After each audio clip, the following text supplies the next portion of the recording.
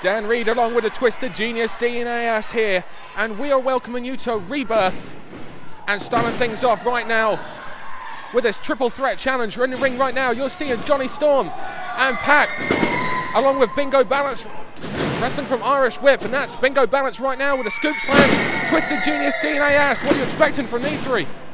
Well, we know all about PAC. Whoa! Absolutely. Just in case you didn't know about PAC, that gave you a good idea of what you're going to see. We know all about Johnny Storm, who takes a double drop kick, and out the ring he goes. Bingo Balance from Irish Whip, as you say, Dan. He's the unknown quantity here to a degree. Absolutely. You know, we've not seen him on these shores before. Johnny Storm and PAC have both been over in Ireland, so they know a little bit about this guy, but he's the unknown quantity. PAC, he's the breakout star of 2006 in British wrestling. Been setting the country alight coast to coast with some dazzling performances. And Johnny Storm, well, he's the benchmark for cruiserweight wrestling that all British stars want to try and emulate. And he doesn't want to see his mantle at the top taken over. And speaking of Johnny Storm, he is on the top rope, and these two don't realise it yet. Johnny Storm just waiting for his moment where he can make the most of that opportunity of being on the top. PAC's got his back to him. He wished he didn't have his back to him there. There you see the experience edge of Johnny Storm waiting for his moment to strike, Dan. Absolutely, the 26-year-old Harlow native now. He's now in his 9th or 10th year, I believe, of the wrestling business. Oh yeah, he's been around a good old while. He knows exactly what's going through these kids' mind. Yep, this is the thing, as we say with Johnny Storm, he's been there, done it, and got the t-shirt. He knows exactly what their strategy's going to be, and Johnny Storm right now seems to be picking on the more inexperienced Bingo Balance right now. PAC back on the apron. And PAC just lets Bingo Balance fly to the outside, but I'll tell you something, Johnny Storm may have seen it, done it, but there's some things that this kid PAC does, which are just... Corkscrew cross body there, over the top rope, but wait a minute. PAC in the ring, and this is the guy that people, they call him the man that gravity forgotten. Guess what, folks? You're about to see the reason why. Here we go. Oh! And the more experienced veteran of these three, the Wonder Kid Johnny Storm, quickly got out of the way, allowing Bingo Balance to take all of that. Oh yeah, I just saw to my left there, Johnny Storm walking away, just tapping his forehead, just to say, you know, a smart move on my part. Absolutely now, and Johnny Storm now throws back into their cover. Wasn't going to get a 3 count there, but he made PAC take everything that he had to kick out. Just wearing him down more. And vicious knife edge chop there. Backs PAC into the corner. Oh, that one echoed across this famous old hall. Absolutely. Irish whip into the corner. And isn't it great to have British wrestling back in the York Hall? Whoa! And what a statement for British wrestling with athletes like these three. Three parts of the UK here with the Irish. Well, Bingo Balance on the top rope, flying elbow, reverse Hurricane Runner. Unintentional there, but what a match. What a way to kick off Rebirth. What a way to showcase British wrestling here from Real Quality Wrestling at the York Hall in Bethnal Green. And PAC looks to be in a lot of trouble. The look on his face is one of total surprise. But as you say, we've got one guy from Essex, one guy from Newcastle upon Tyne, one guy from Dublin in Ireland, 3 parts of the, Ireland not being the part of the United Kingdom. I was going to say Dublin, if he was from Belfast, yes, but never mind. Let's not touch that one. No. This isn't the time or the place for that, for politics. Let's leave that alone. But and there's a nice variation of a fisherman's suplex there. Drop toe hold. Johnny Storm nips up. I think I know what's coming now. 619. Or should that be the 01279? I believe it's the 01279. Yeah. Oh, boot to the stomach there. Swings round, and what is this? That Bingo Balance. Oh! As we both said, Bingo Balance, the unknown quantity in this match. He hit him with, that was the B84, one of his signature moves, that spin through move there, the B84 he calls it. Dragon suplex, tiger suplex even. Beautiful bridge, look at that. Bingo gets out of that. And impressive. Great move by PAC, because Johnny Storm was down on the ground, and as you can see there, Storm was not able to break that pinfall up at all. PAC now going to where he is at his most comfortable, and that's to the top rope. However, here comes Johnny Storm. Perfect Storm. He calls out the perfect Storm. Just a 2 count. PAC gets that right shoulder up there. going at this pace. They can't keep at it at this pace for that much longer, surely. These three cruiserweights of British wrestling. Well, you said it right, Dan. You called them athletes, and that's exactly what they are, athletes. And they can keep this pace up for a long time, trust me. I've seen Johnny Storm wrestle. Whoa, can he hit the Wonderwall? He's fighting for it. Bingo's trying to get out. Can he hit the Wonderwall? He hits the Wonderwall, but Pac's up on the top.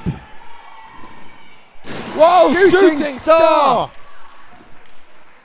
And wait a minute, Johnny Storm, however, just keeping. Did you see what Johnny Storm did there? He saw Pac going to the top rope, quickly got out of the way. But Storm took a boot to the back of the head, and Pac now just a 2 count, but that was close. Simon Collins' hand very close to coming down for the third. Pac only just caught a bit of that there. Blue Thunder driver. But that gets it. Had Pac have been able to hit that originally, all of that, he'd have got the 3 count. It just took that Blue Thunder driver. Bingo balance. Still an impressive showcase from all 3 men, however. And Johnny Storm down at the side here. He was kicked in the back of the head, sent flying out of the ring. And it was that time that gave Pac the opportunity to finish off Bingo Balance, who's the least experienced of these 3 men. And I think, a great performance from Bingo Balance, but that the experience edge that Storm and Pac had showed through here. Absolutely. The thing about Pac, which is one of the things that's shining him through British wrestling so much, despite the fact he is only 19 years of age, is the fact that he shows experience unlike majority of anybody else I've ever seen at his such a young, tender age. Gotta just say that he's just turned 20, turned 20. And that's why I'm the Twisted Genius, and you're not.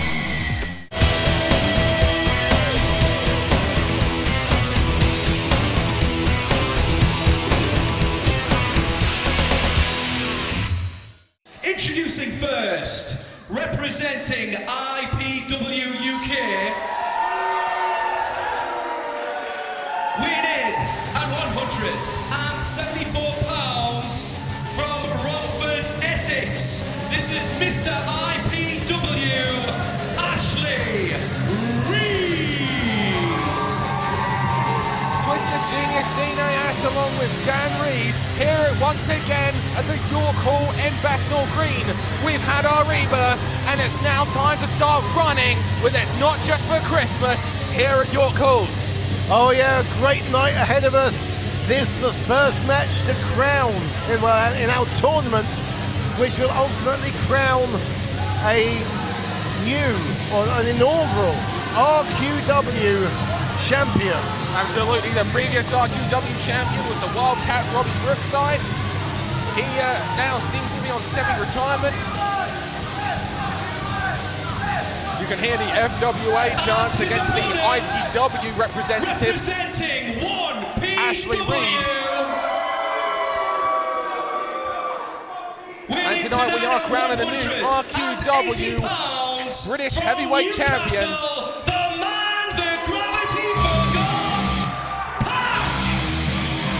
Well, here's a man who's on a roll. Just come back from being crowned the 1PW Openweight Champion. Just come back from a successful first tour of America. What a year 2006 has been, and what a way to finish the year off it would be for Pac if he was to become the first RQW champion, Dan Reed. Absolutely. 2006, most definitely the year of Pac. What does 2007 have in store? Ashley Reed certainly believes that 2007 should be the year of him.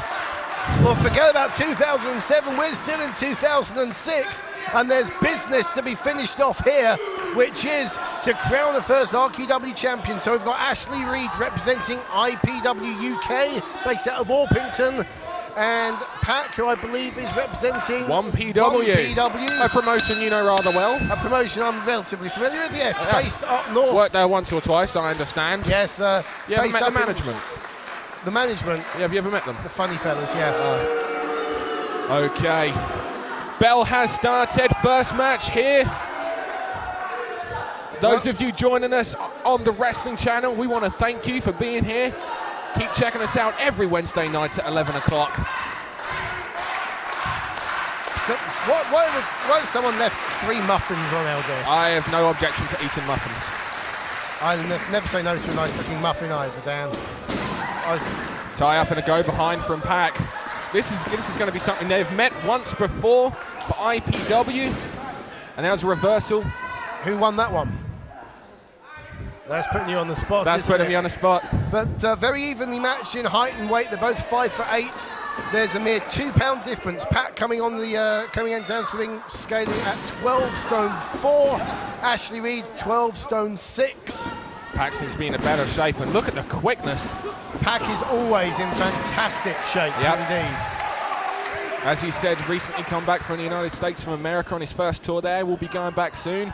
Also competing for a TNA-style promotion over in Portugal shortly. Going back to America again soon. Lots of promotions, including Pro Wrestling Guerrilla, All Pro Wrestling, all interested in a 20-year-old youngster. Indeed, and I mean, if you've tripping over the words there because the action's so fast.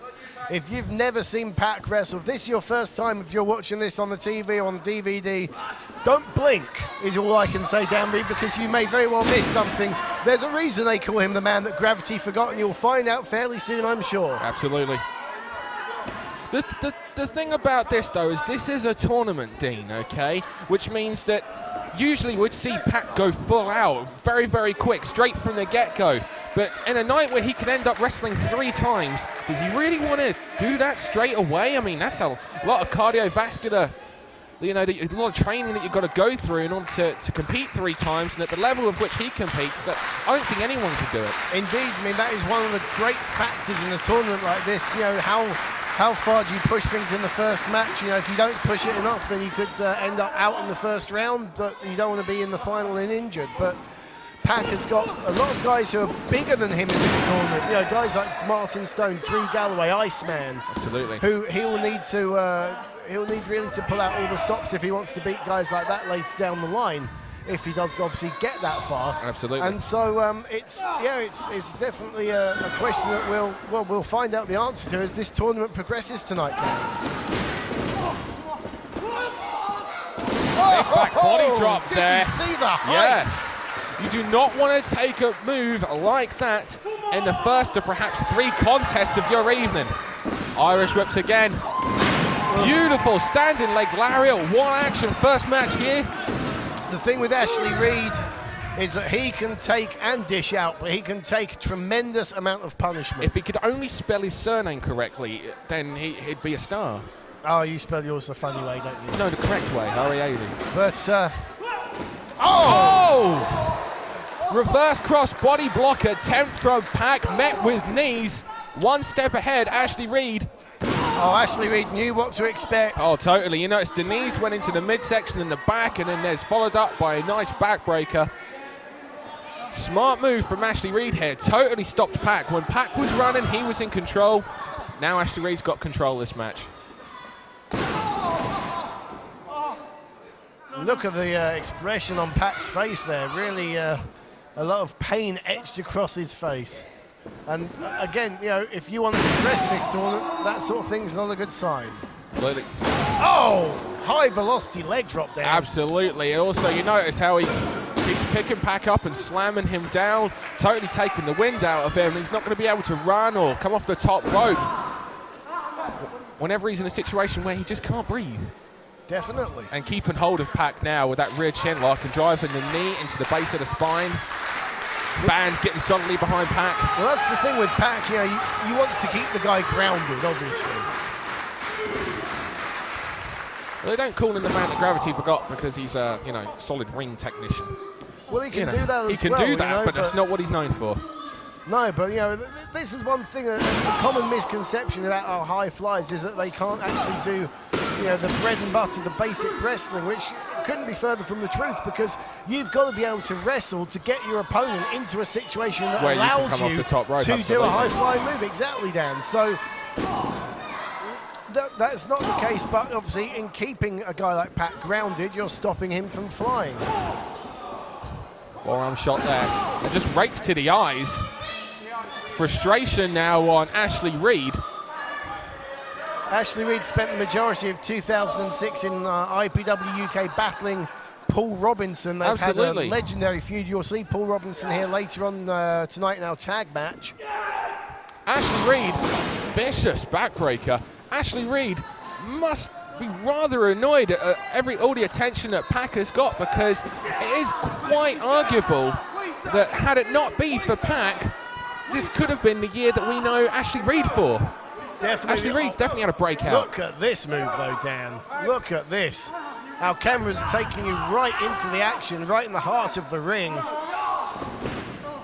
It's a vicious bow and arrow backbreaker there. He's a vicious wrestler, Ashley Reed. I'm telling you, 3-year pro, trained by the guys at Drop Kicks. You know, Absolutely. Tony John Ritchie, Scarlo, John Ritchie, John absolutely. Holt. And they're going to teach you how to inflict punishment on guys, that's for sure. Ashley Reed staying in control of this match, making PAC wrestle at his pace. PAC trying to fight back, still in this. Shoulder charge into the stomach. Forearm shot. Here comes another one. PAC hits the ropes, trying to build some momentum. Over he goes, but no, gets caught in that tilt-a-whirl backbreaker. Again, Ashley Reed knew what to expect and has stopped PAC's high-flying attempts. He was looking out for that, and you know, he countered it with a backbreaker. Now what's this? A variation of a Texas cloverleaf there, using the leg. Innovative submission move there. It's like a Texas cloverleaf crossed with a sharpshooter. Well, Ashley Reed likes to use a reverse Texas cloverleaf as a finisher, and I guess you could say this is a setup. It's weakening the same sort of body parts, the knees, the shins, the Look at PAC fight. Look at his face trying to get that rope, and he definitely did. Referee Steve Linsky making Ashley Reed break that hold. We saw earlier on in this match, PAC firmly in control. However, Ashley Reed with those series of knees, backbreakers, not to mention rakes to the eyes and whatnot. Nothing wrong with a rake to the eyes every now and again.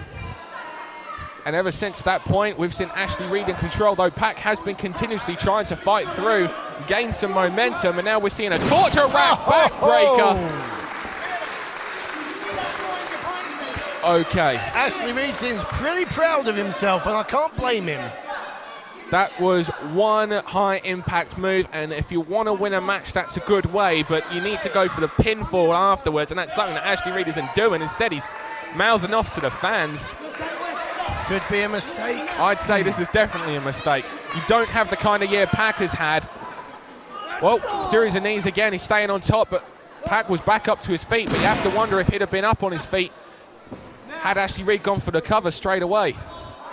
Look, PAC's now trying to fight through again. Yeah, I mean, like you say, the year PAC's had, if you've got a chance to put him away, you put him away. Absolutely. Simple as. Onto Gurren, while Ashley Reed once again was jaw-jacking with those fans. And that's not a good place to be. No, on top rope. What's this? Superplex attempt by the looks of it. Oh! Did you see the height that they came down from there, Twisted Genius? That's not the usual way you see a superplex delivered. Usually they fly to the middle of the ring. This time PAC held Ashley Reed up there and just dropped him down. Absolutely, standing vertical suplex. Yeah, gravity taking its effect.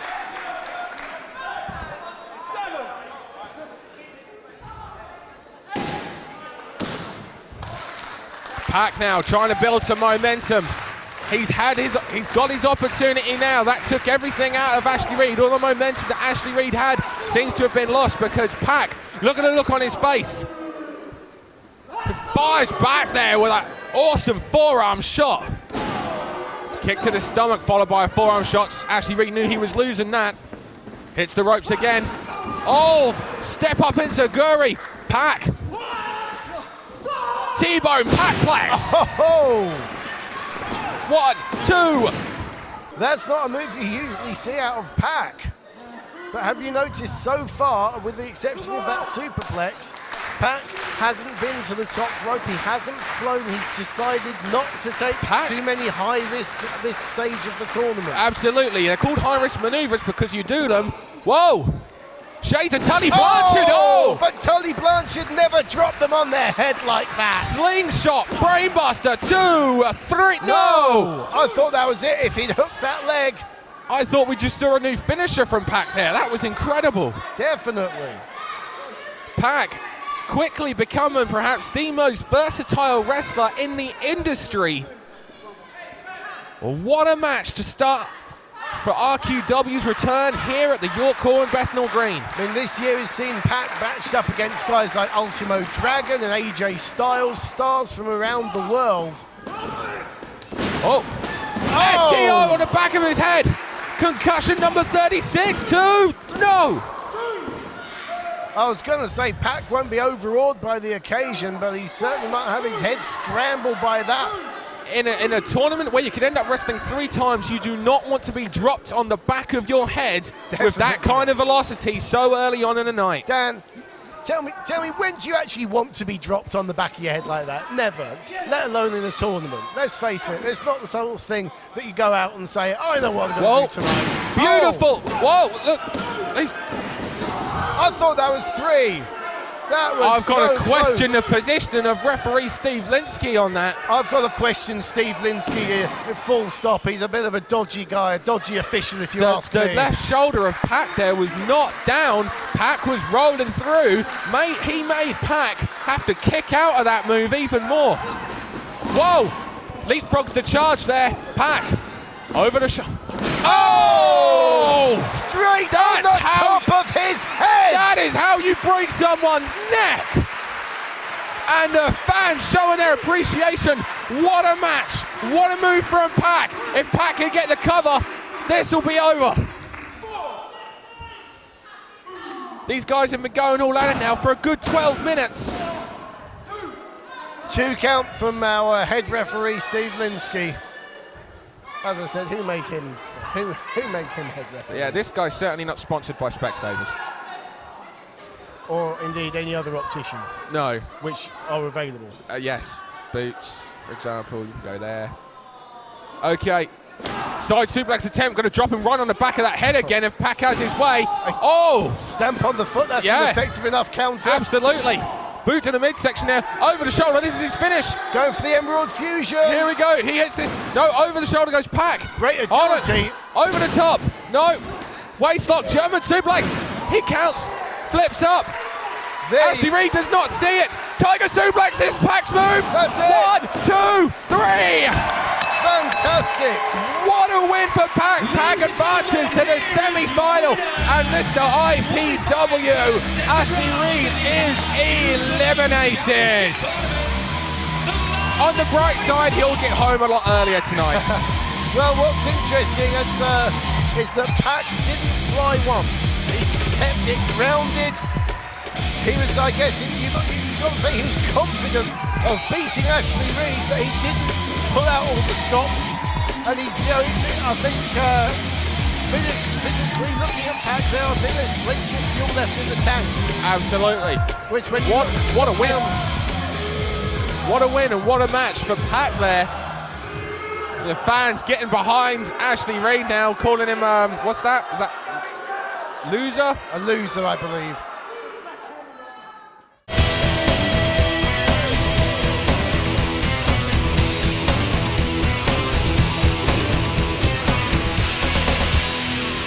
Winning at 240 pounds.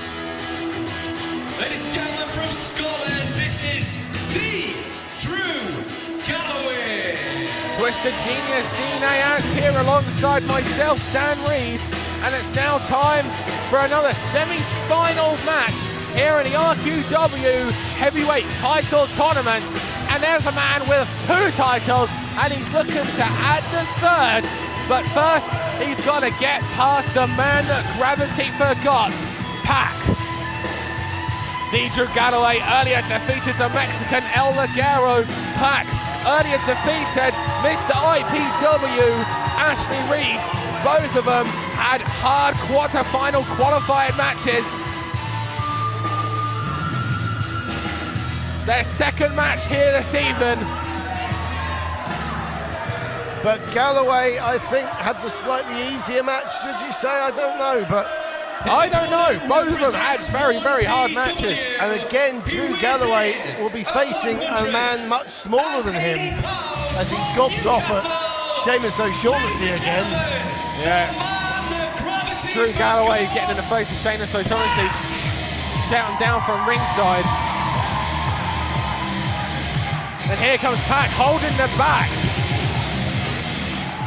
And of course, when you're up against and in a fight with a man the size of Drew Galloway, you do not want to have anything wrong with you, to say the least, let alone an injured back, because Drew Galloway is going to be wanting to pick him up and throw him out of the ring. He just threw his kilt in Linsky's face.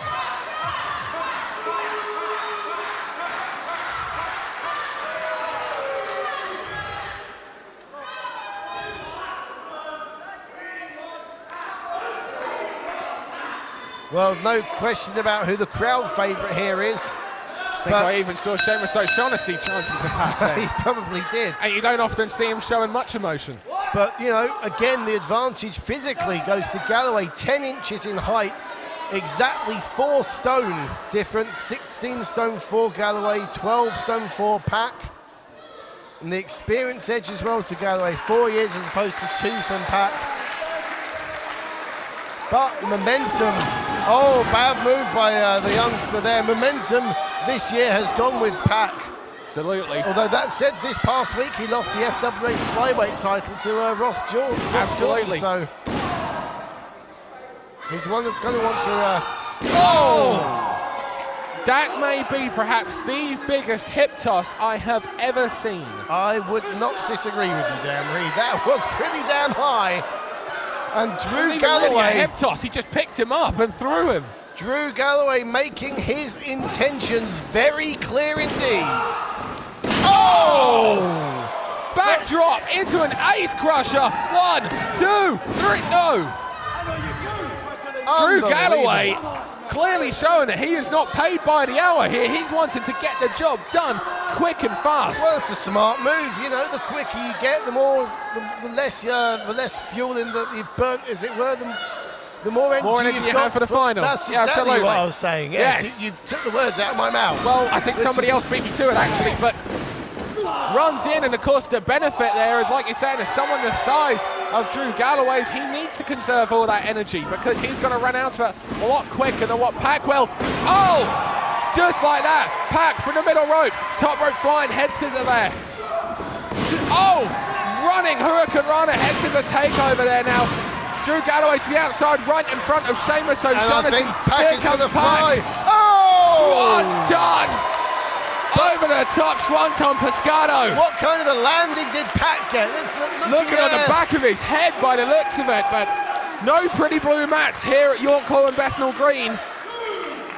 He landed with a resounding thud. But he's up. He's up. The adrenaline.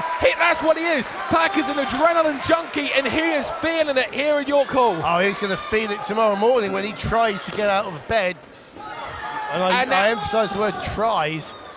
Drew Galloway may be 6'6", but Pac is in control. Forearm shivers to the corner there. Forearm what? Irish whip. Gets caught there. Oh dear. Drew Galloway catches the man that Gravity forgot. I think Gravity's going to remember him in a minute. Yes. It's a reverse fly swatter there. Stone gun into the top rope. A reverse fly swatter. That's what it is. Beautiful. I'm learning something new sitting here with you, Dan. But yes, an emotional reunion for Pac and Gravity. Absolutely. Side Scotland leg sweep. A muck leg sweep. I need subtitles or something. He said, Linsky, can't you count to 3? Oh. How can you understand someone like Stevie Aaron with his strange northern No, blood? I can't. I really can't. Oh, you can't? Oh, that's all right then. I keep calling it an Irish whip. Really, it's a Scottish whip. Scottish whip on Pac there.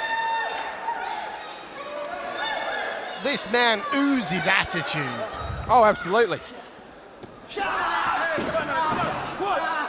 2, 3. 1, 2, 3. Choking on Pac there. Referee Steve Linsky beginning that 5 count there. But saying that, I'm not exactly shocked. I mean, it's not like it's anything new seeing Drew Galloway break the rules here. Well, no. Setting up for a reverse suplex and nicely done.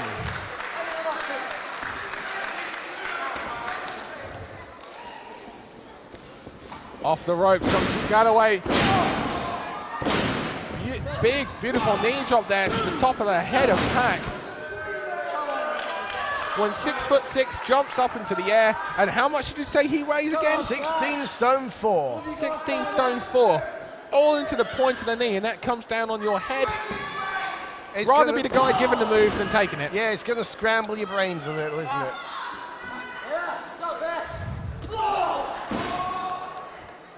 Scottish uppercut there from Drew Galloway. And now once again choking out PAC. The thing about Drew Galloway is he doesn't need to act like this. Ah, but it makes it more fun, doesn't it? Makes it frustrating when you know that this guy has amazing ability. Whoa! Oh, Beautiful moonsault drop kick there. Sends him, and look, PAC. Now he's Quick as going anything to the top rope. He's falling over his own feet trying to get there. 630, 450. Oh. 1, 2, no! Beautiful 450 splash there. Nobody flies through the air quite like PAC. No, that is the prettiest 450 splash I've seen since well, a young man named Scorpio, yes. actually.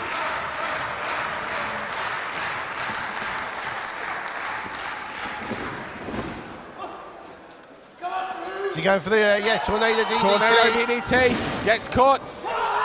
Oh! Northern Lights suplex into the turnbuckles. PAC landed on the back of his head.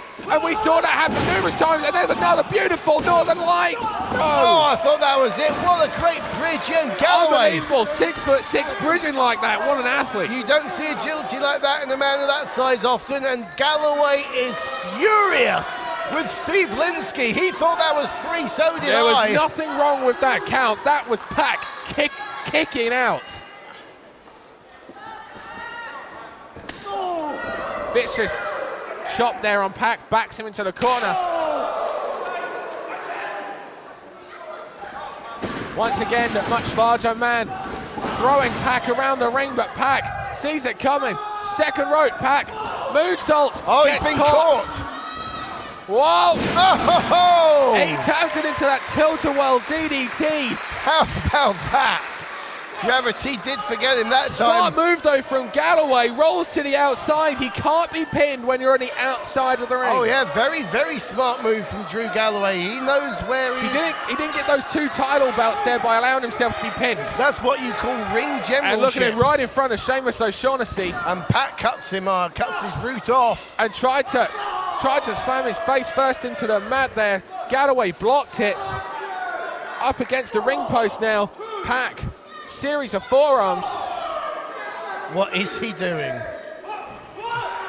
Oh, Lord. Oh, I was worried what he was doing, sitting a guardrail. He might have broke his nose or face first into that post. And like you said, that's a square post, okay? That's got corners and sharp ridges, and he's dead weight.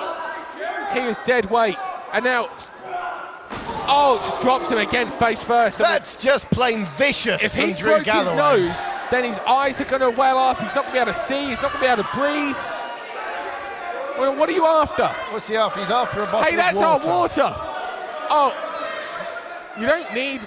Well, I suppose it's quite hot. Hey, if he's thirsty, if he wants a drink, he can have That's it. true. He's 6'6". Yeah, he's I'm not going to argue with him. 16 stone. I'm not. Well, he's right in front of Sheamus O'Shaughnessy now, just...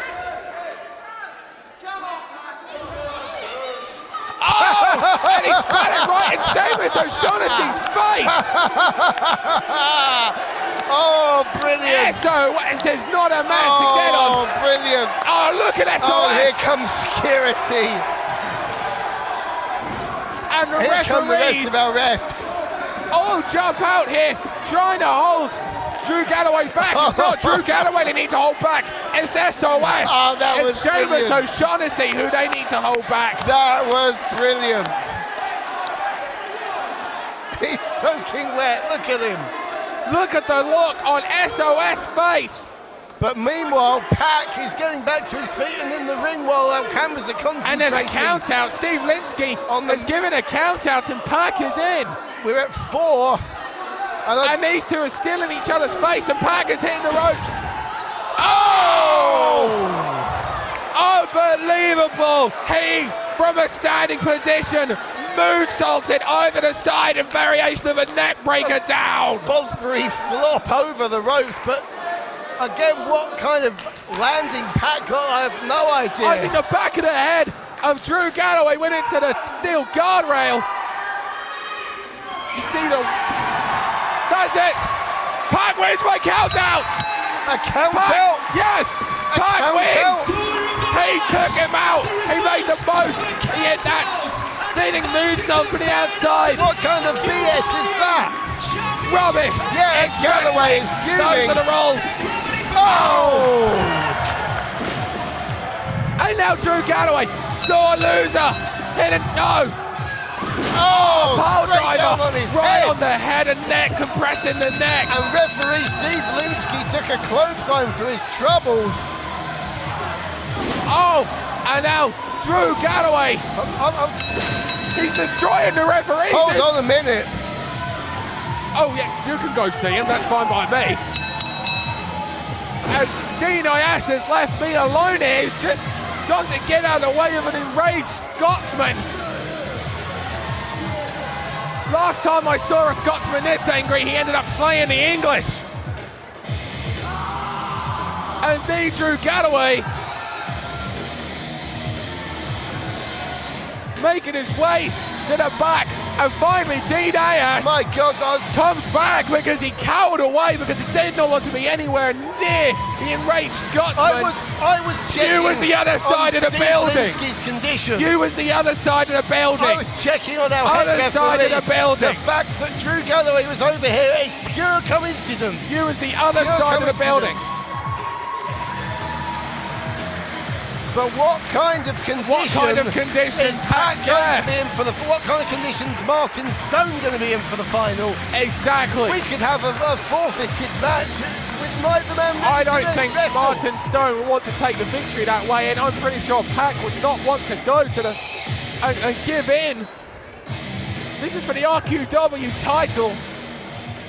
It is to the UK what the NWA was to the US. Yep, and we've got a final if they can make it of Martin Stone and PAC.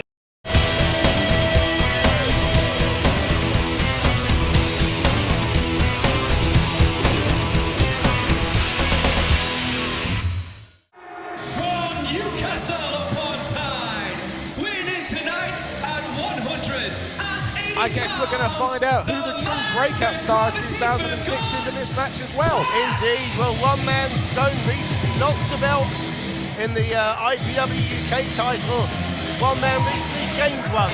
PAC with the 1PW Openweight title. Although last week he also lost the FWA Flyweight title. Very true, so, and PAC doesn't exactly look in the greatest condition he's ever been in. He looks pretty banged up as well. Exactly, earlier this evening he was dropped on his head in that pole driver. From Drew Galloway after the match, I hasten After to the add. match, yep, they are both fighting for this RQW Heavyweight Championship belt. It is what it's all about here in this final. RQW head referee Steve Linsky giving last moment instructions to both men. I hope we have The bell has respect been there. rung and history is about to be made. I'm hoping, by the looks of this should be a sporting contest, but Stone has a bit of a temper on him, shall we say. Indeed it does. And series of go-behinds now. But Obviously it doesn't take a genius to figure out that Stone has the power advantage. PAC has the quickness advantage. indeed, Martin Stone 6 foot exactly, 17 stone 12. PAC 5 foot 8, 12 stone 4. So what's that? 5.5 stone, more or less, to Martin Stone and the weight advantage. Absolutely there, and there's that hammerlock there, drops it. Neither of these men going at it 100 miles an hour from the beginning. Both men hurt, both men battered, both men bruised. Oh, drops through. Headlock now.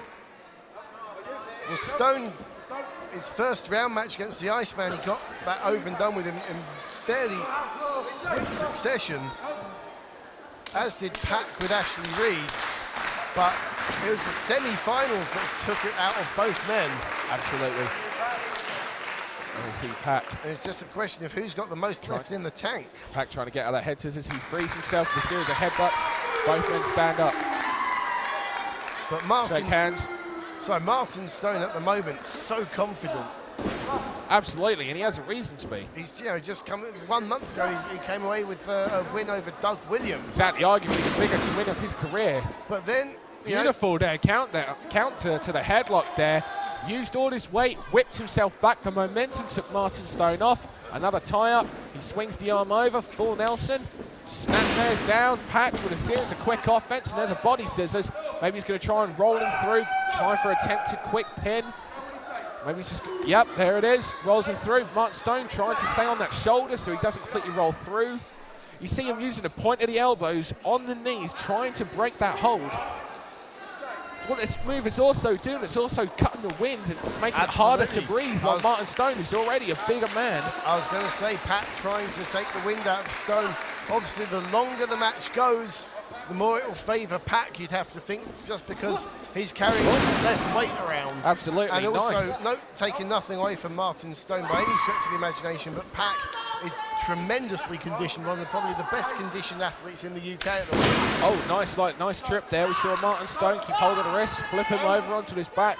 PAC, while on his knees, saw a near leg, used his leg to sweep it down, and now that left knee of Martin Stone is being worked on.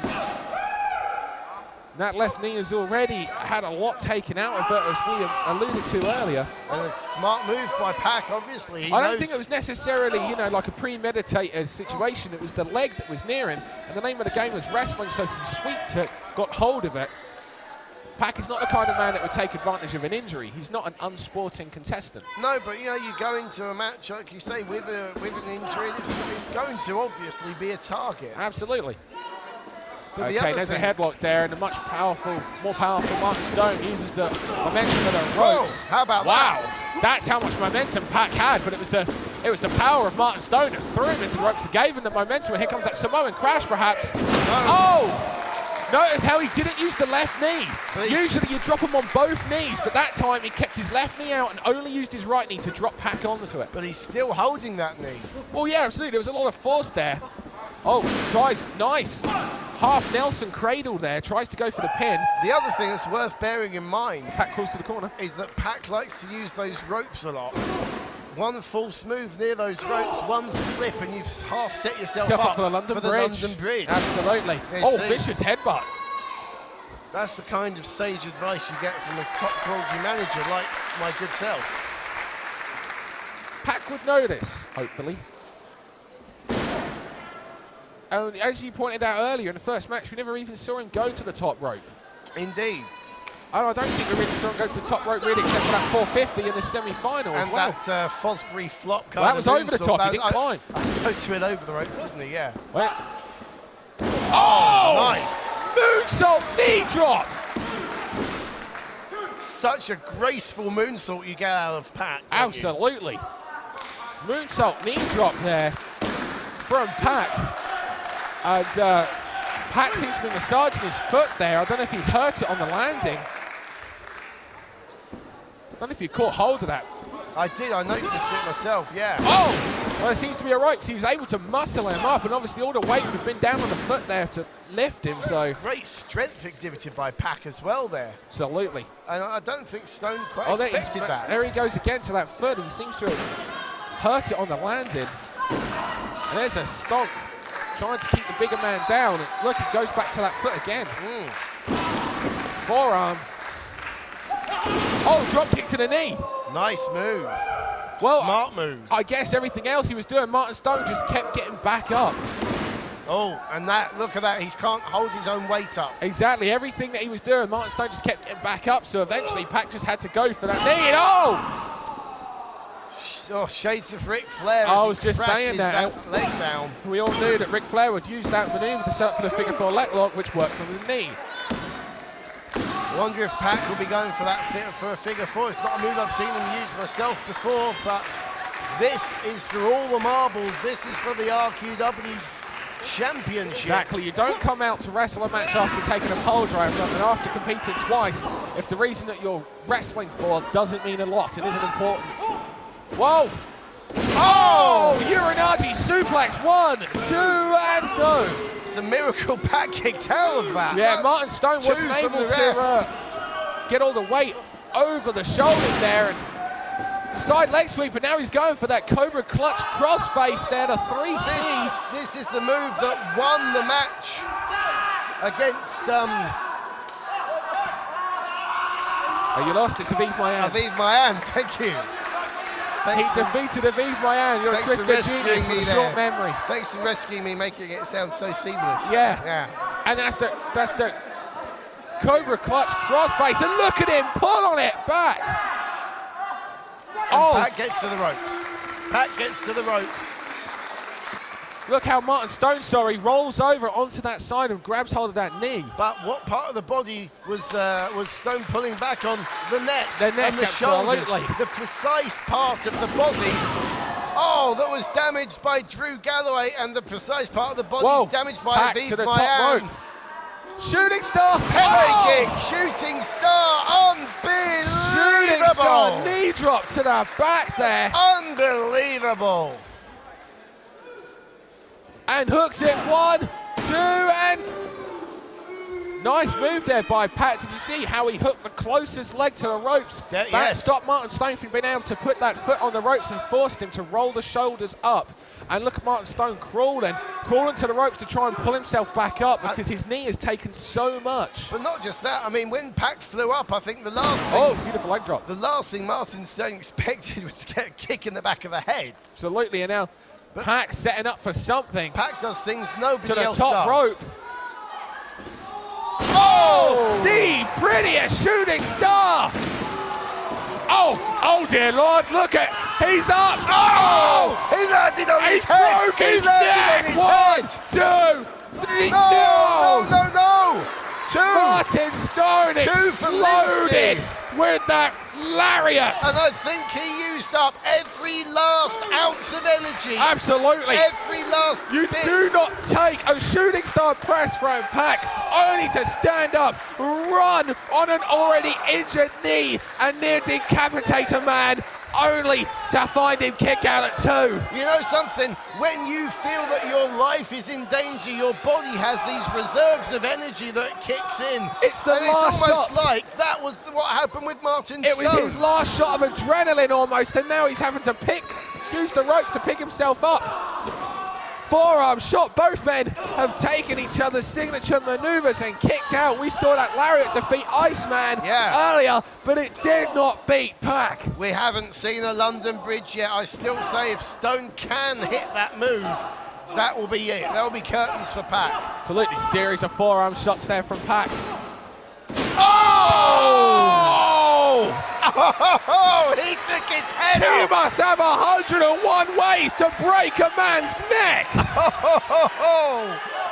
And Len Davis sat behind me, is just shaking his head in disbelief. We mentioned earlier how to break a man's neck by Martin Stone.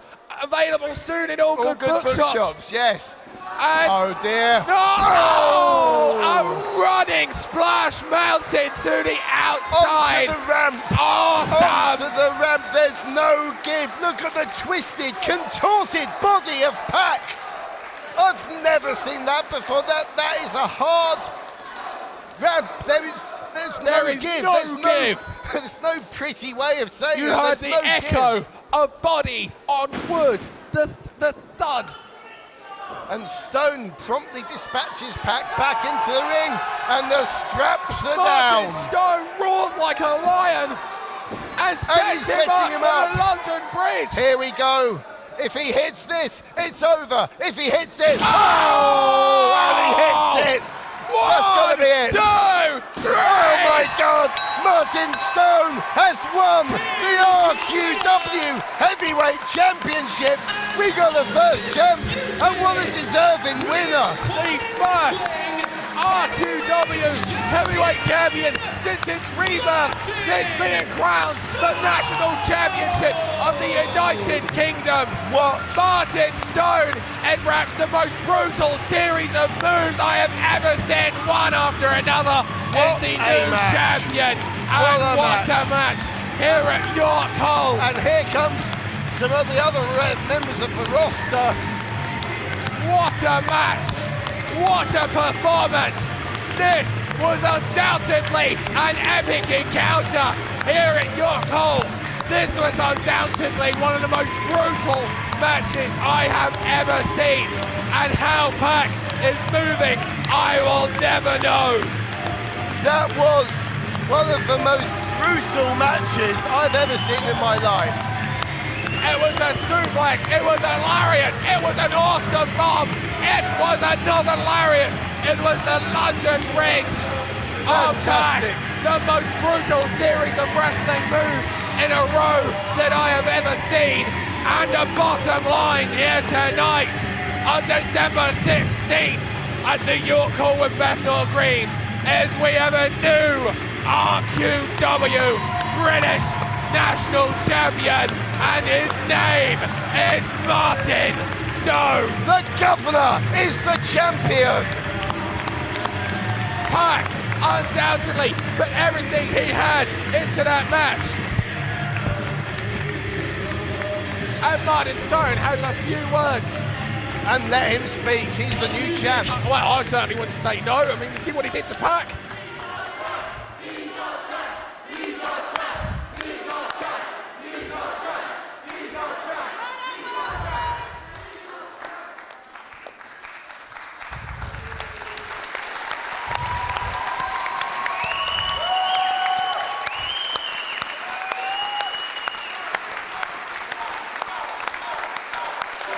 How on earth PAC is still standing?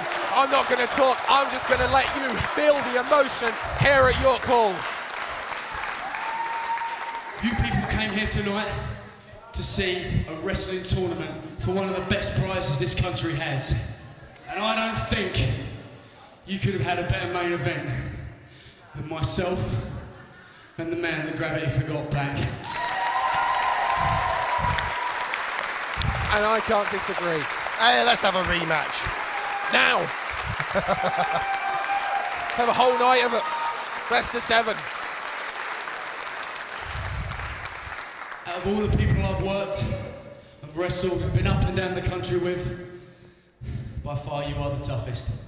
You take me to my limit each and every single time.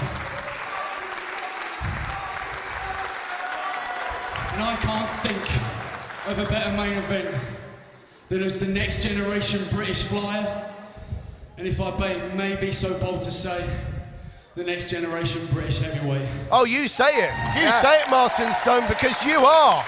Absolutely. I'm sure I can say this on behalf of PAC, but I know for a fact, we will do you proud. And anytime you want a rematch, anytime you want to go again, you're the first in line. Thank you. How's about that? How's about that? What a showing here tonight from Martin Stone and PAC.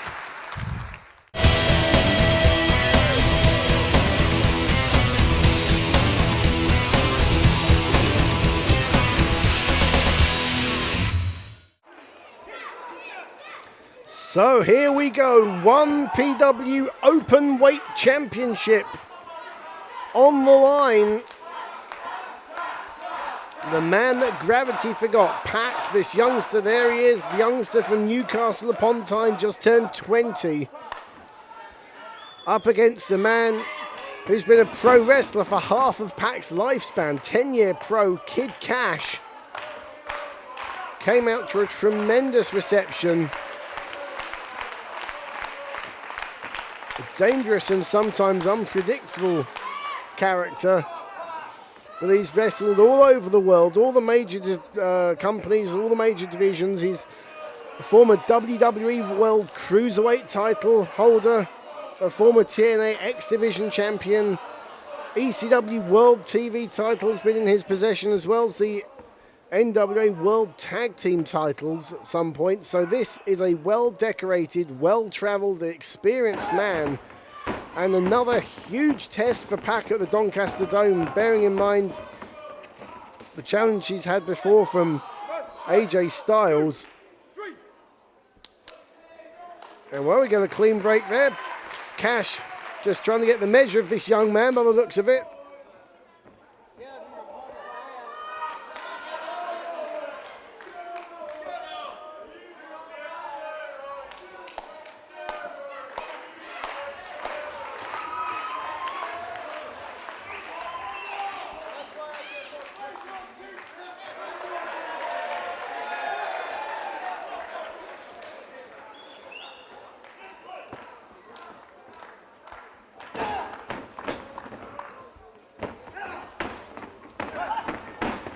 look at Kash wrenching on that left arm of PAC.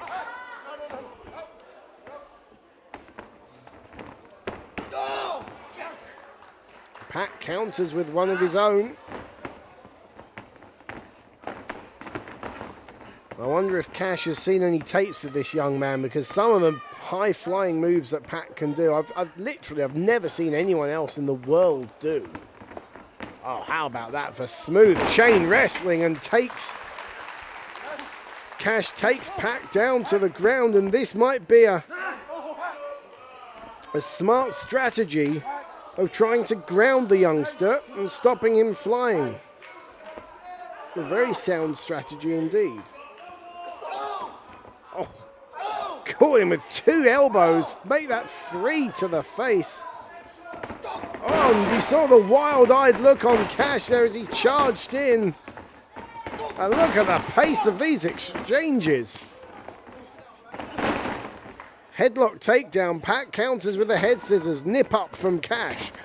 Ducks the clothesline, another headlock takedown, another head scissors from Kash. And an arm drag from PAC. And an arm drag from Kash. And they just run into each other like 2 bulls. How about that, ladies and gentlemen? And Kash, shakes the hand, and you can see Kash just saying to himself, yep, this kid's made of something. You don't get to be the openweight title holder for nothing.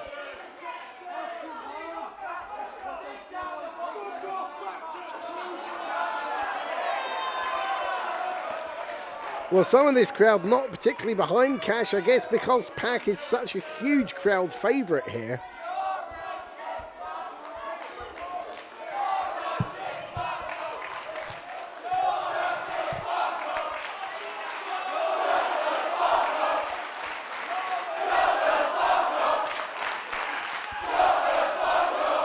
And this crowd have really turned on Kid Kash. Why, I don't know. Apart from, as I said, the fact that just PAC is such a popular athlete here. And Kash taking his frustrations out on PAC's head, wrenching in a really tight headlock, but PAC does manage to fire him off. Whoa, look at that. And PAC's face says it all there. The impact of that move.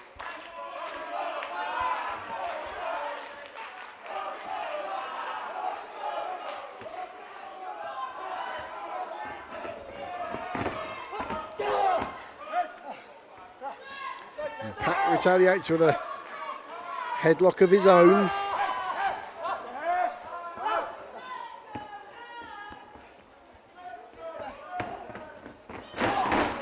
And again, a huge shoulder block from Kash, who's got a very slight weight advantage over PAC. Oh! And you can hear from the collective gasp of the crowd that I think sportsmanship's out the window here.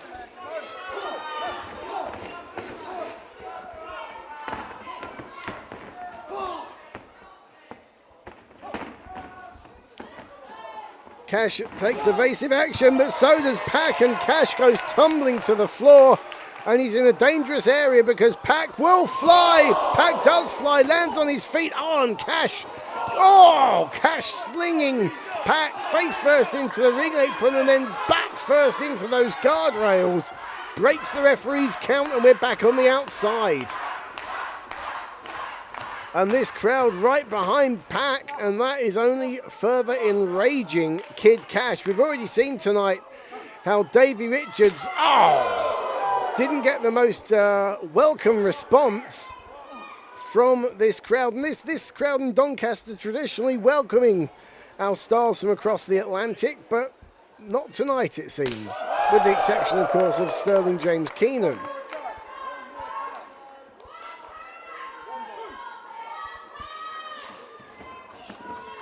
And Kash rolls PAC in.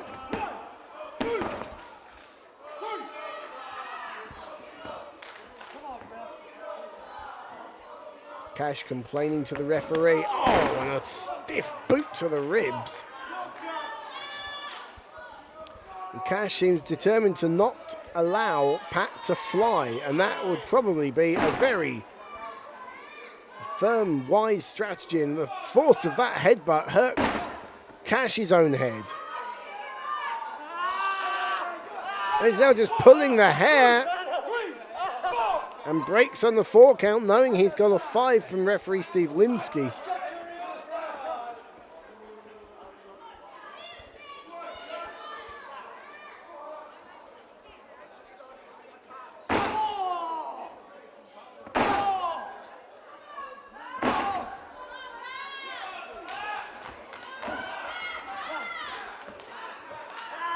Just, standing on the head, on the ear, his full weight leaning on PAC, and Kash is really just using underhanded tactics here. This is surprising. Well, I'd say it surprises me. I did say earlier on he can be unpredictable. 1, 2, 3, 4. And all these moves, of course, weaken the neck and the head for the dead level, that brainbuster that he uses as a finisher.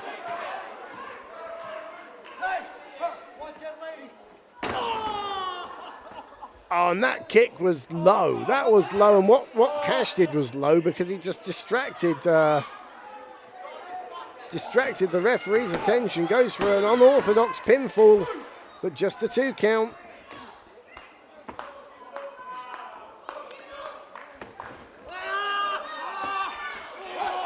And a really tight, really painful looking version of the camel clutch there. He's biting the nose. What is he doing? Grinding the forearm into the eyes, and now the referee says that's an illegal move.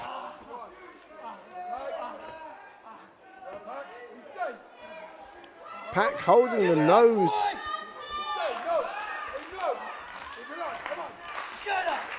And the 10-year veteran from Johnson City, Tennessee in the USA, right in the south of the country. Not exactly endearing himself to the locals.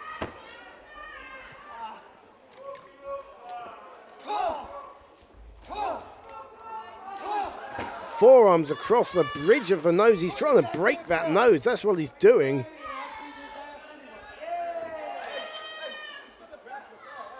He's grabbed the title belt. What for, I don't know.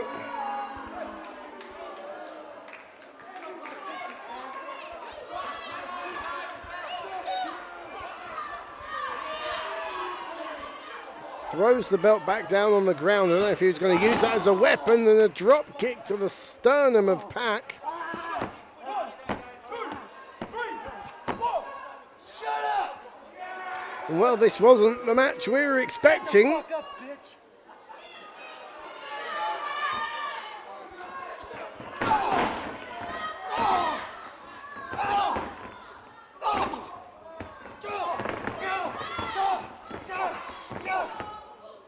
Oh, a succession of knees and a stiff kick. And PAC doesn't know what's hit him, and I can't blame him. Oh, and he's just, well, that's the old farmer's handkerchief, you could call it, emptying the contents of his nose over the champion. How disrespectful to a champion. And Kash has worn plenty of title belts in his time, as I documented earlier.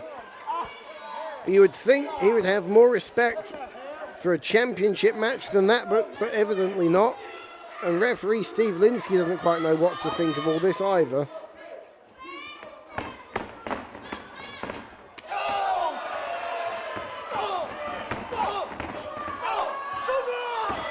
And PAC fires back, but only for a moment. He's taken back down by a kick from Kash, but Kash is, those forearms have taken something out of Kid Kash. He's checking his nose.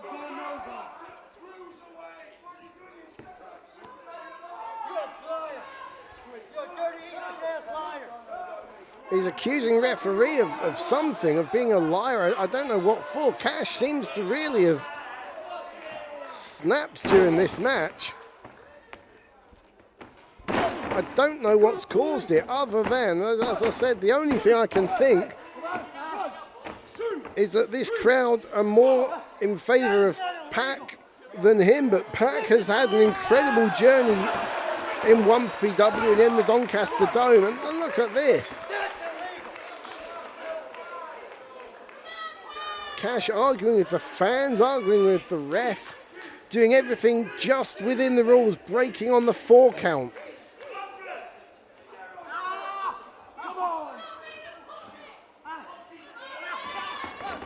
And just grabbing the hair of PAC now. The referee has got to consider disqualifying Kash. And I don't think anyone here would blame him for disqualifying him.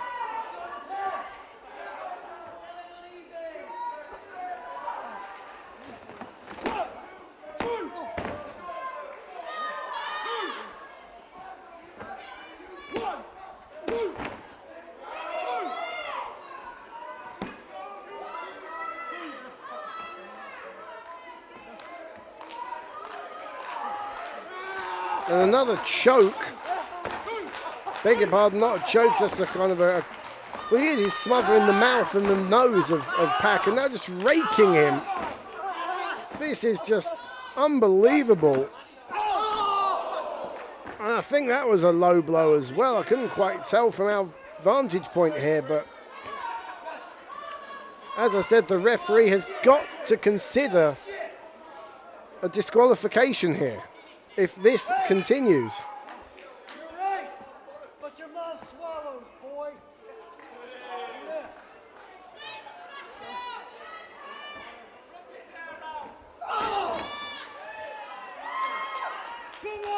Shoulder charge to the... And a second shoulder charge to the stomach.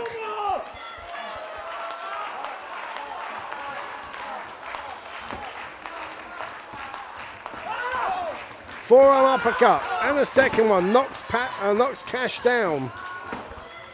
And Kash goes outside to take a breather.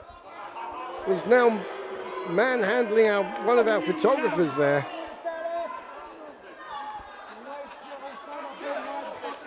He's really, this is a strange turn of events as he now gets a chair involved.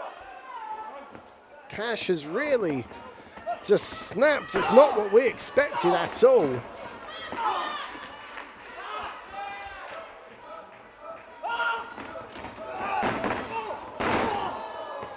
A hard shot into the buckles. Oh, and just throws the chair at PAC's head. And you heard that connect.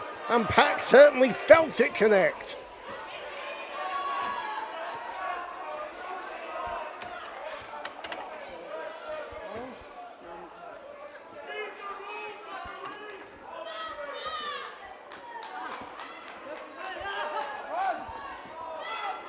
Look at this, just dragging PAC round the hair, walking like a dog. Snapmare, and a stiff kick, and another one. One to the back, one to the front. And this crowd trying to get PAC back into it with a "Let's Go PAC" chant.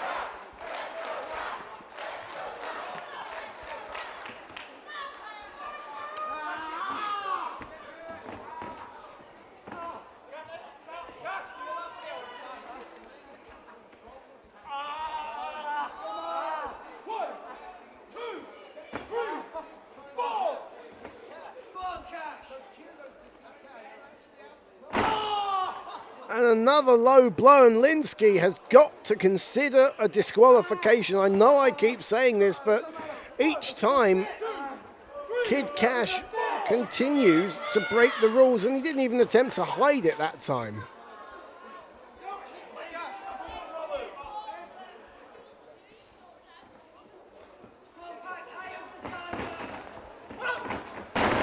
Look at the elevation there, sunset flip, just a 2 count, but great move from PAC, and a big running forearm, and could the momentum now? Yes, another one, momentum going in PAC's favour.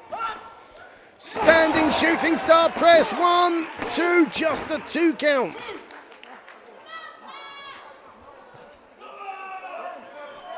And you can see how much it's taken. Oh, and another low blow.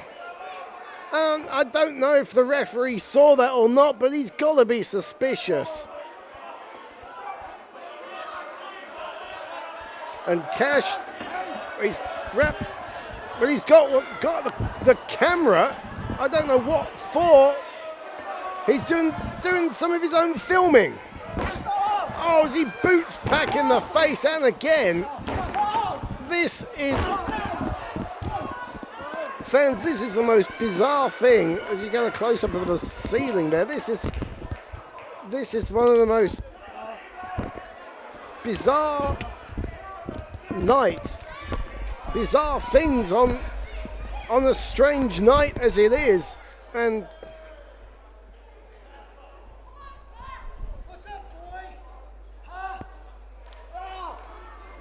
unbelievable. Kid Kash has snapped. Kash has snapped.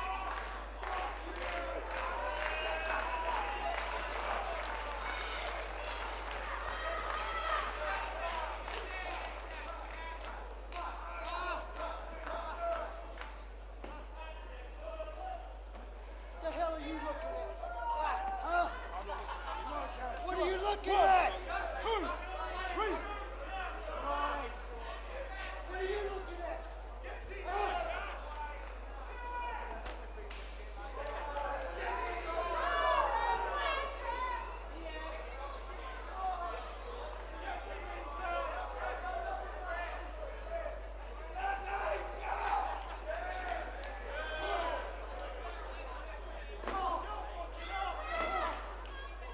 This is utterly bizarre.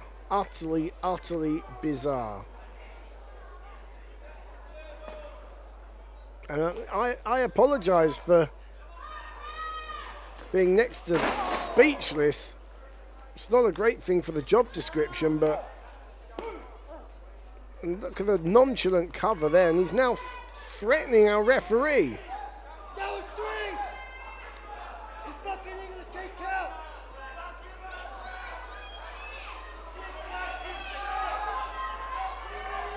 And Kash is frustrated beyond belief.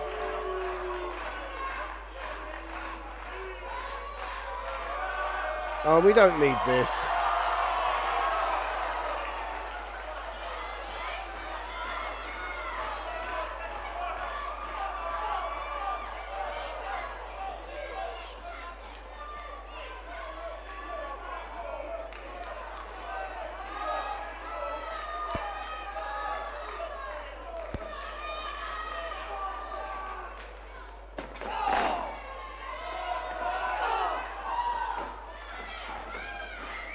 And PAC firing back now with forearms and chops. He's got a second wind and he needs it.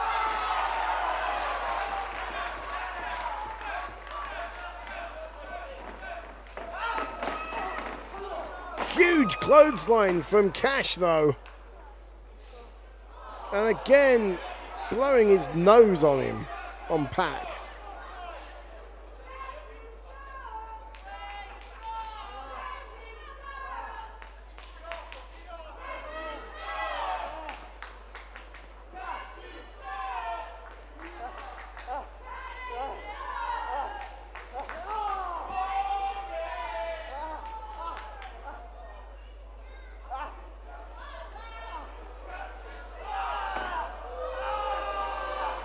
Surfboard, oh, and he's grabbing the hair. Oh, look at the way PAC's body's bent.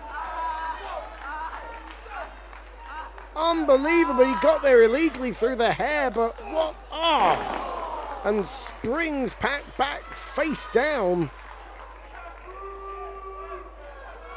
And this crowd are in shock. They don't know what to think of this. I don't know what to think of it. We were expecting a Cruiserweight Classic, and instead we've just seen Kid Kash snap. That's the only way I can describe this.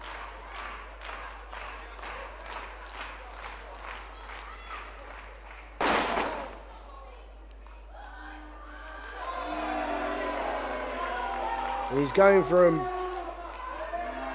moonsault or 450 splash or something like that. See what he does. Well, nothing as it turns out, because he's cut off by PAC.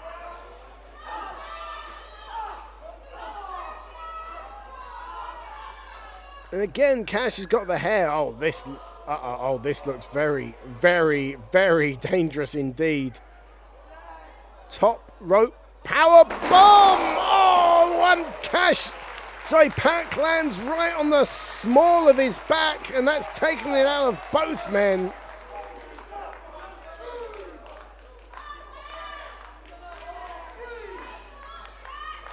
And Kash has obviously had a bad landing. He's trying to just shake that right leg loose.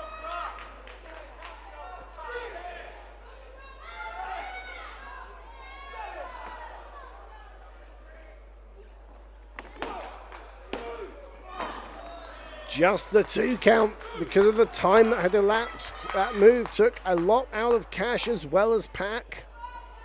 He's now going up top again.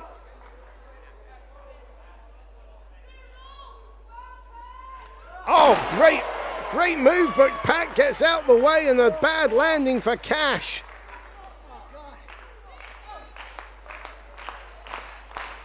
Could this be the turning point in the match for Pac? Could this be where he can grab that win? Kash has dominated this match mainly through illegal tactics.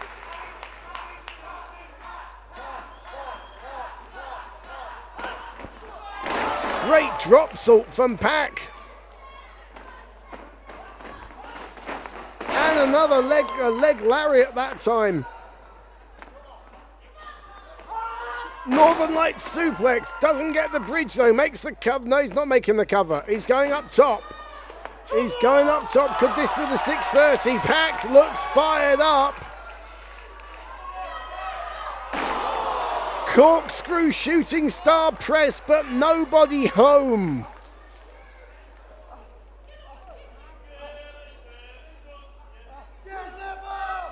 And he's calling for the dead level, that brainbuster. He's going to finish Pac off.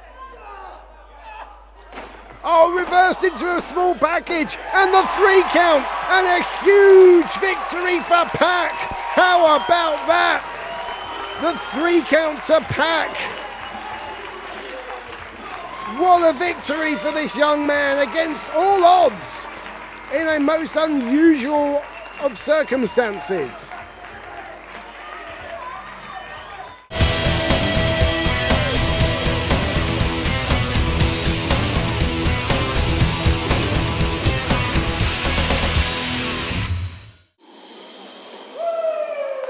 Twisted Genius, Dean A.S. here alongside myself, Dan Reed. Hello. And we are here at the Olympia in Liverpool for this special IPW presentation. It's 2 out of 3 falls. It's Pac, the man that gravity forgot, versus the generic ginger luchador, El Generico. So this part of the pre-show show, I guess. Yes. The afternoon show. Special presentation from IPW UK. Yep, preceding the King of Europe tournament. And these two have met numerous times. They've wrestled for IPW previously, and they've also wrestled for Pro Wrestling Guerrilla over in the States and have been having some cracking battles. And now it's come to this 2 out of 3 falls match. Generico actually holds the advantage in the win-loss records when these two have competed. So it'll be very interesting to see how this match comes about. Especially with an American referee. Yes, Bryce Remsburg is the referee for this match. We need a neutral ref. Someone from, I don't know, Switzerland. Switzerland. Are there any Swiss refs around? Not probably, but then again, they probably won't want to get involved in anything. They're more with the timekeeping. Yeah. Pac grapevining that leg. Yeah, every time Generico seems to be thinking about going to the hair, Pac just grapevines it that little bit more and forces Generico down. El Generico, some might say he does not have, the most superstar look when it comes to a body. But hey, it's in the name. Yeah, but Mexico has never been about physiques, it's been about ability. And Generico certainly has stacks of ability. And yeah, stacks of it. Stacks of abilities.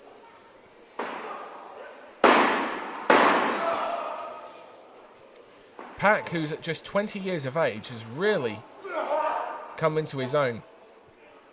Originally, people thought he was all about the high-flying moves, and he can do some unbelievable aerial assault maneuvers. Oh, he can do moves I've never seen anyone else do in my life. However, he can also execute some flawless suplexes and hit some real stiff strikes. Real solid, hard-hitting maneuvers are often exemplified by PAC. He is very, very well-rounded. And at just 20 years of age, you know that he's got a hell of a future ahead of him. Oh, yeah. I mean, it'll be another, 10 years before he's in his prime. Exactly.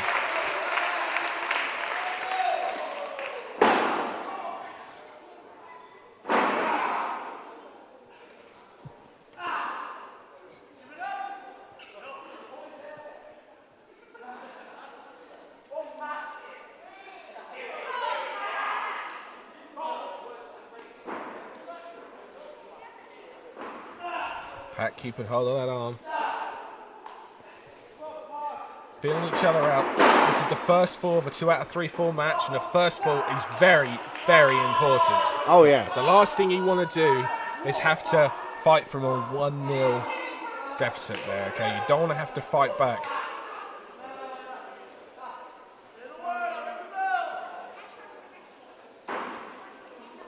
Or, Twisted Genius, do you avoid injury?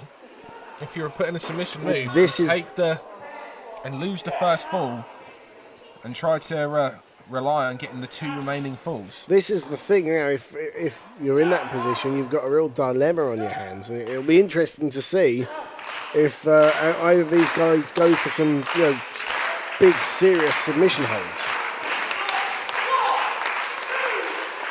With a move like that, the front chancery, the grovet, it's not a submission move, it's designed to wear your opponent down.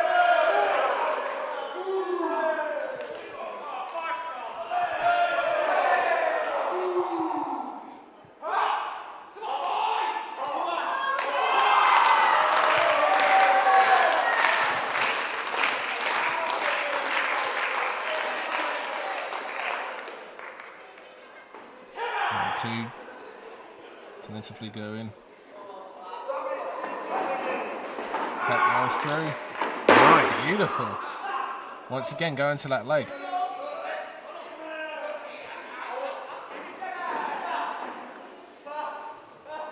Gets a bit too close there. Generico is trying to go for a reverse chin lock.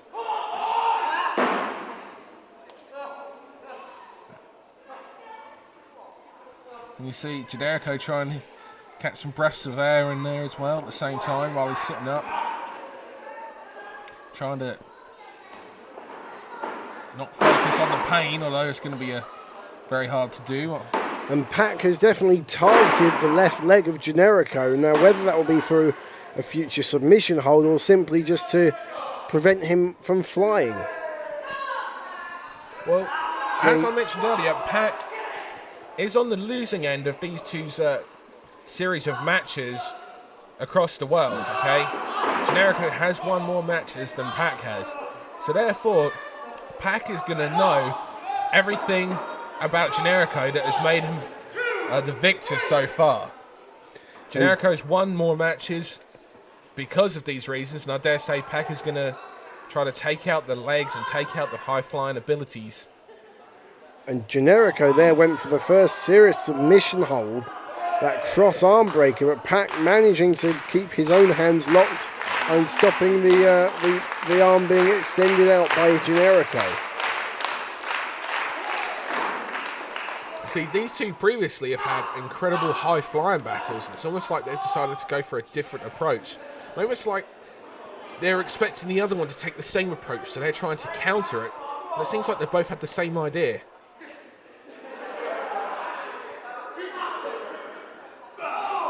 Generico couldn't break that full Nelson, so uses his posterior into the midsection. And then rolls it through into a drop toe hold, and now grapevining the leg himself.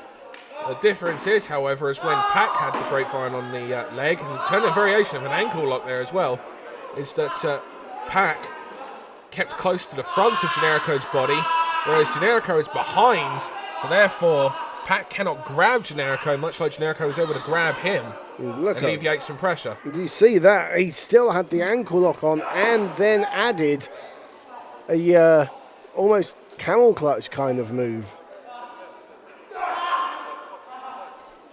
And now we're going back to that side headlock. You can see the knuckles right in the forehead there as well. Very high side headlock. I think he's almost to the eyes now and the nose, making it hard for PAC to breathe. Oh, beautiful. Just rolls back. Generico runs straight into that headlock, so maybe PAC is the one who's leading the charge in this slower approach to the match.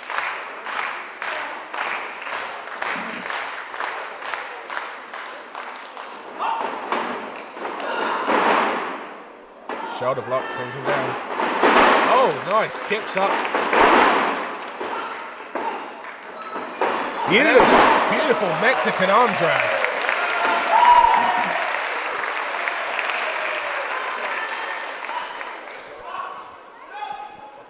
And now Generico, that side arm lock there.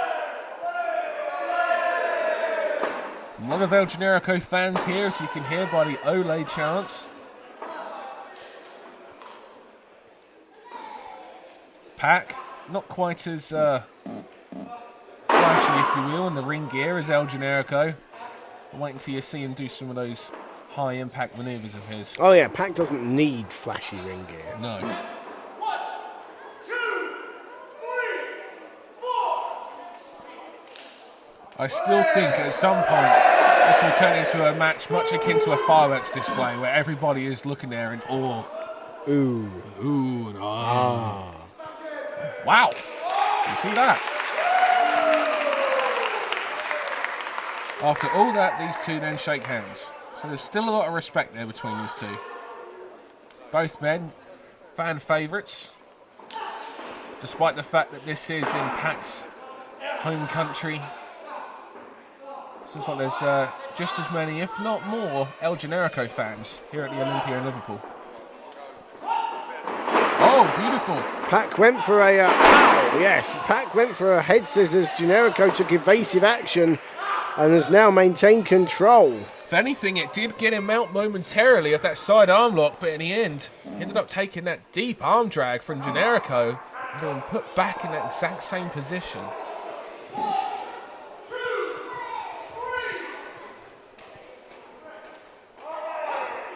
Whoa! Unbelievable! I have never seen anyone hit a Hurricane Rana so quickly out of nowhere, and I was saying earlier about the flashy high impact moves. And he hit that drop, so he hit that head scissors he was going for previously. And there's a beautiful drops up. And you saw it now, he brings it straight down to that front chancery. And notice how all the weight is on the head and the shoulders, and he keeps his legs as far away from Generico's arms as possible. Yeah, gives PAC a breather of sorts whilst cutting off the air supply of Generico. After all the quick sudden moves, he's then taken it back to a ground wrestling move. He took Generico off his game by hitting with the technical wrestling aspect. Out of nowhere, he hits a quick series of high-flying moves, the style of which only PAC can deliver, but then goes straight back to that front chancery. However, now Generico is back on that arm, and now he has a side wrist lock. PAC goes underneath, drops in the middle, breaks it, and now PAC with that side wrist lock now.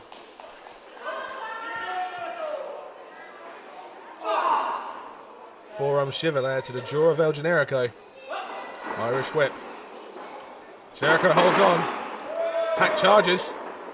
Ducks, but takes a forearm strike. Goes to the chest. Generico hits the ropes. Wow! PAC counter. I didn't think PAC was just going to stand there and wait for Generico to hit him. Wow! Snap Hurricane Rana. Yeah, snap Rana driver. Body scissors with a bridge. And there's your first fall. And the speed of movement of PAC. Well, not even El Generico could keep up. And I've never seen a springboard body roll arm drag like PAC did there. That's the first time I've ever seen it. And now, ladies Followed and it up gentlemen, with the that 30-second rest Franken period. driver. until we And in begin a the second victory quarter. roll for the 1, 2, 3. And just like that, all it takes, those 3 seconds. Again, it was much like earlier when Pac got the advantage. It was a quick succession of 3 high-flyer moves. The same thing happened then. A succession of 3 high-flyer moves resulted in the pinfall, and Pac is now 1-0 up. And that, as you said earlier, puts all of the pressure onto Generico, because he's got literally twice as much work to do to win this. Vicious knife edge chop there. Vicious knife edge chop. And you see the purple welts on Pac's chest. The good thing about these two is you'll be able to see the results of the chest as they're of the white variety. Wow, handspring elbow counters into a high-angled side suplex there. High impact indeed. It really drove Pac down from way up. And you see Pac holding the back of his head. There'd have been a vicious whiplash effect there.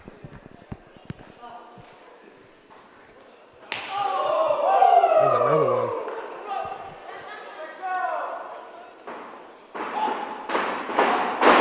Beautiful drop kick. Yeah, leg lariat.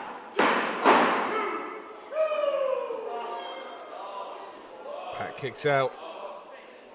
And Generico is slowed down. It's almost a bit of frustration because of the fact that he is 1-0 down in this. Drops the point of the elbow to the forehead. Hitman-esque in delivery. 1, 2, kick out.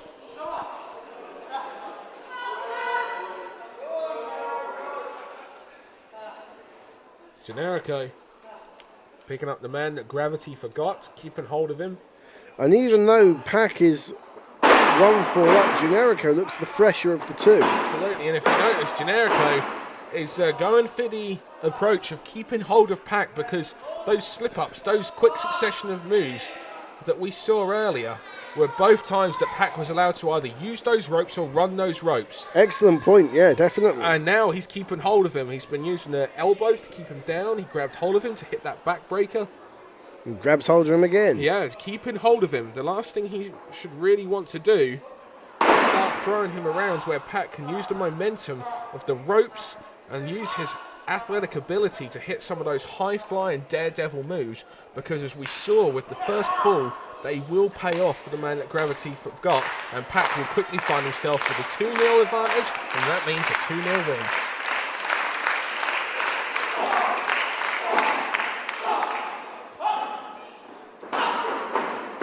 Oh, tilt-a-whirl backbreaker. He hit the ropes, but Generico was able to use that tilt-a-whirl backbreaker, a move that anybody out there watches Lucha Libre or any kind of Mexican wrestling will be very familiar with. It's used in Mexico not just as a move to inflict damage on your opponent, but also as a way of humiliating your opponent by the way you whip them round and hit that move on them.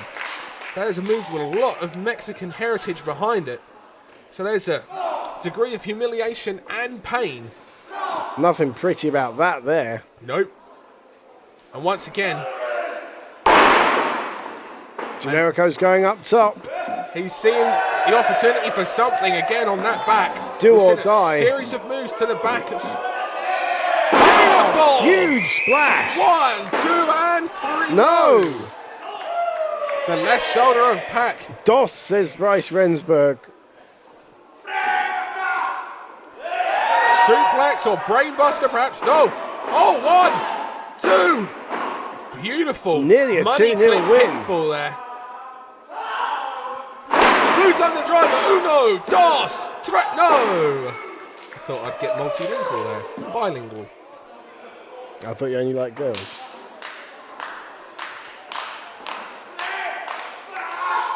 Oh, beautiful. Counters this. Oh, bilingual. Yes. Sorry. I chose to ignore your comment.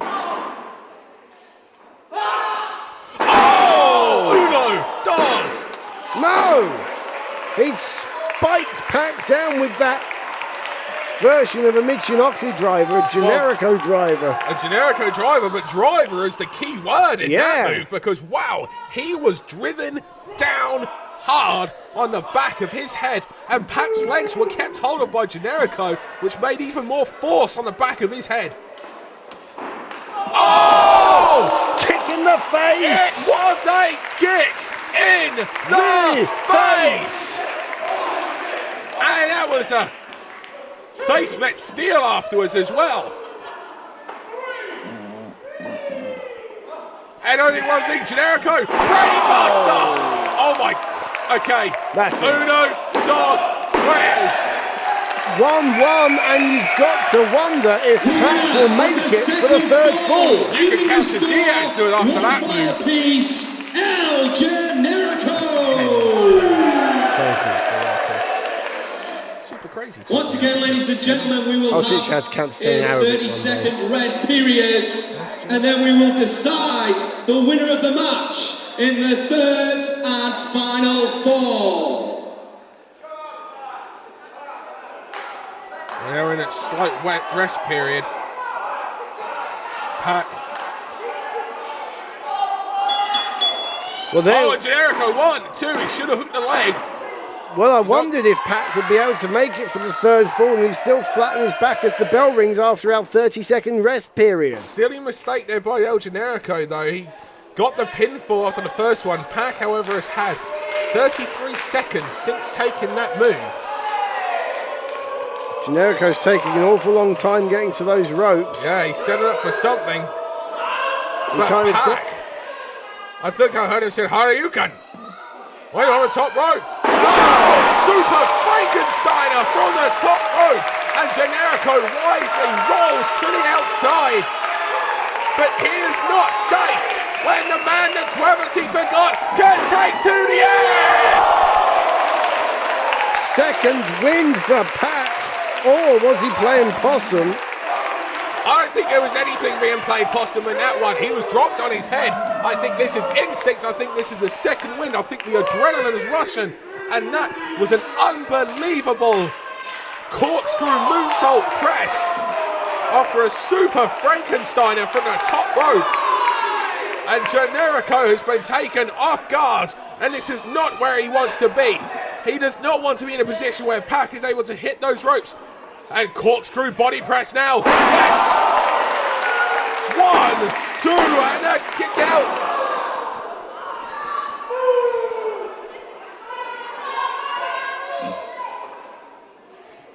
And Pac now grabbing hold of a groggy El Generico and a forearm shiver.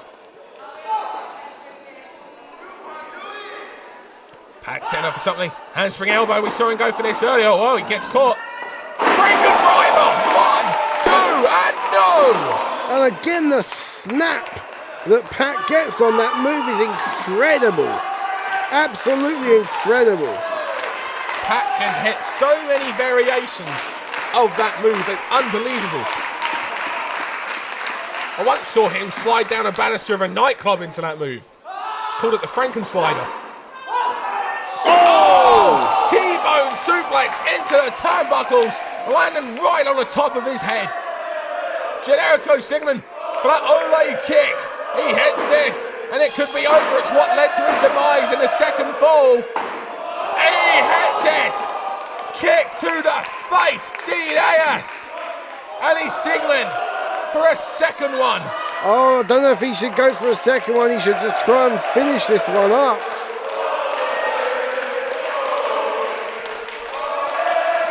And there you go. Pac rolls out of the way. He sees it coming.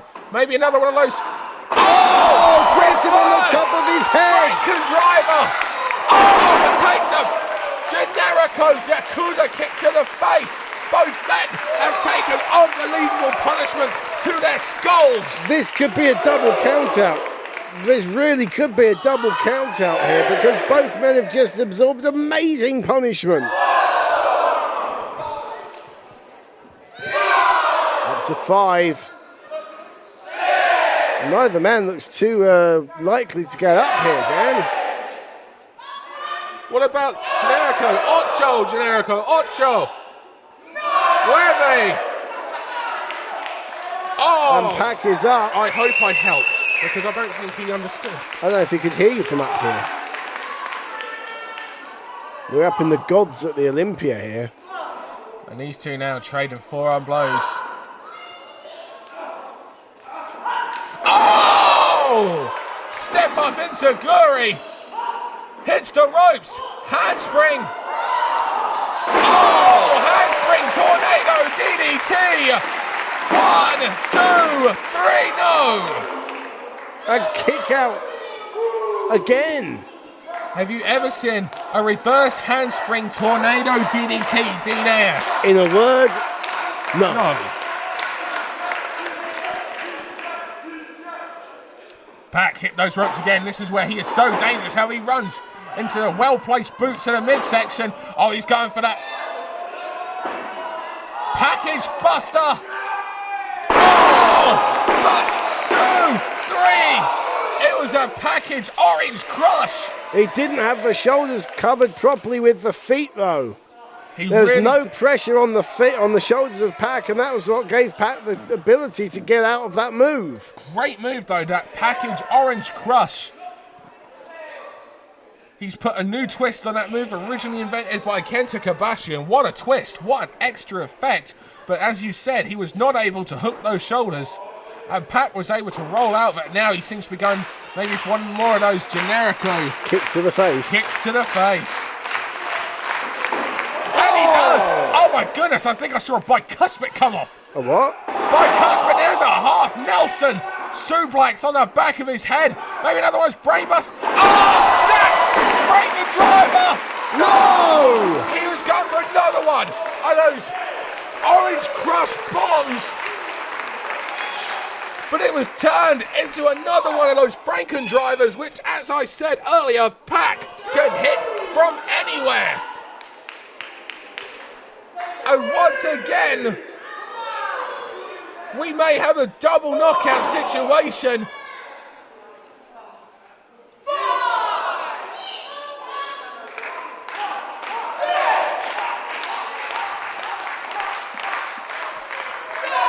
Referee is up to 7.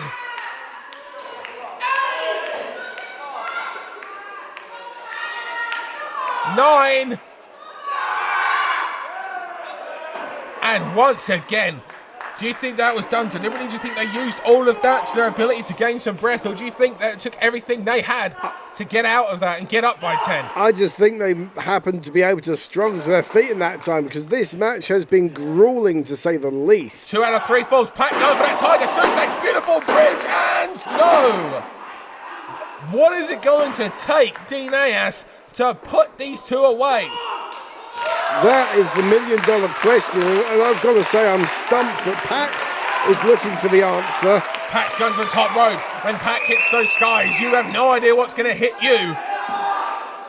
Twisted Genius Dean Ayers alongside myself, Dan Reed, bringing you IPW action. Oh, and For the King Generico of fell. England Cup here at Liverpool Olympia on RQW TV. Dragon Driver! Dragon Driver! That could be it, because Generico fell off those ropes dead weight. Let's see. 1, 2, 3. It is indeed. And at long last, what a match, Dan Reed. But we've got a winner, and his name is PAC. PAC wins with the Dragon Driver from the top rope. Unbelievable. What a match here at the Liverpool Olympia in this special presentation from IPW.